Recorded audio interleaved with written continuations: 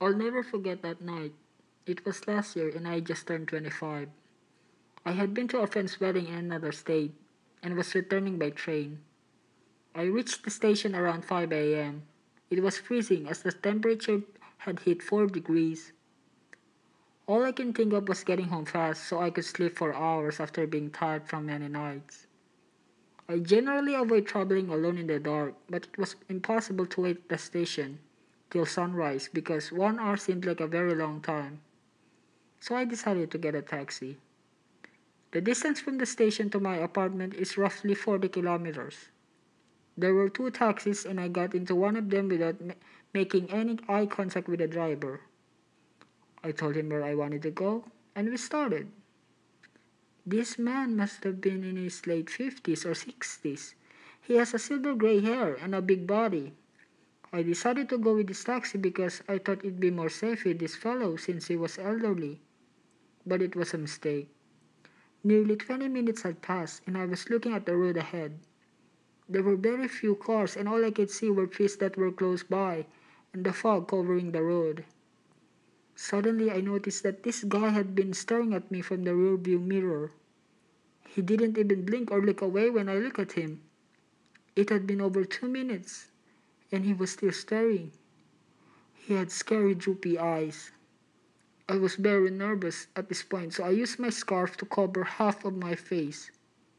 This didn't stop him, and suddenly he started laughing like a maniac. Then he said a word in a different language. I asked him to repeat what he said. My heart was beating very fast.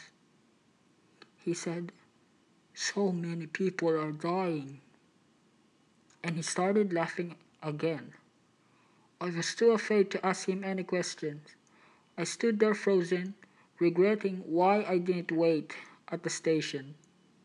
My hands were shivering because I was trying to send a message to my friend, but my fingers couldn't type properly. He turned around. Now facing me, he asked if I was married. I managed to speak nervously, saying no. He said, "You will repent," with these words. And he started to speed up. My mind was going crazy now. What the fuck did he mean by that? Why would he say such a thing to me? I tried looking around if it was a good idea to get off the taxi, but it was very dark and there weren't many cars around. Maybe two or three cars would pass us every 5 to 10 minutes. By this point, I was pretty convinced that he was taking me to some other place. Maybe he won't, but I was too terrified to think straight. I was trembling with fear and I was sure he was going to attack me or do something worse. Suddenly he slowed down and he seems to be talking to himself. "People die. You'll die. She'll die," pointing to the empty seat. He stopped the taxi right there and asked me to get down, saying, "We need fresh air and the petrol is over." He wasn't drunk, but he had been hallucinating since. He kept blubbering, looking at the empty seat, and was laughing for no reason. Arguing with him could make him annoyed, so I decided to do as he said until I get some help, or maybe I could stop him in some way by agreeing to all his demands.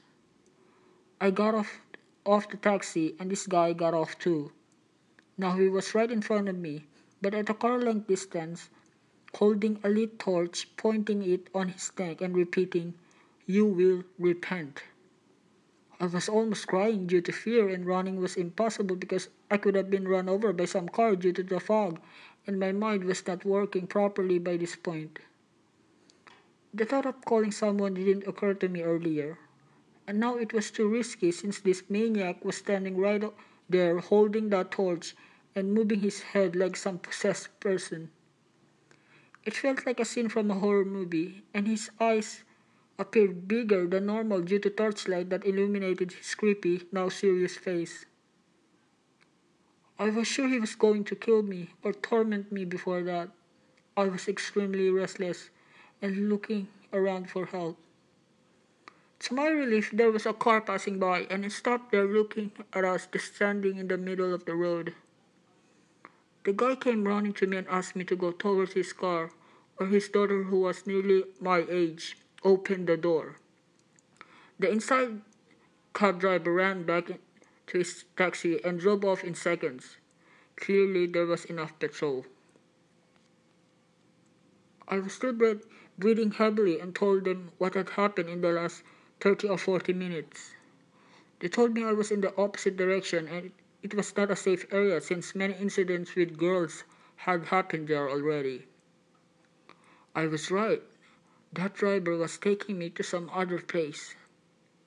They had sensed something was wrong by the way that maniac stood there holding that torch, and that light showed my silhouette more clearly, so they decided to check what was going on. If they didn't stop, I wouldn't be alive to narrate this incident. Since that night, I never travel alone at night. Never, ever. I am thankful for those people who saved my life,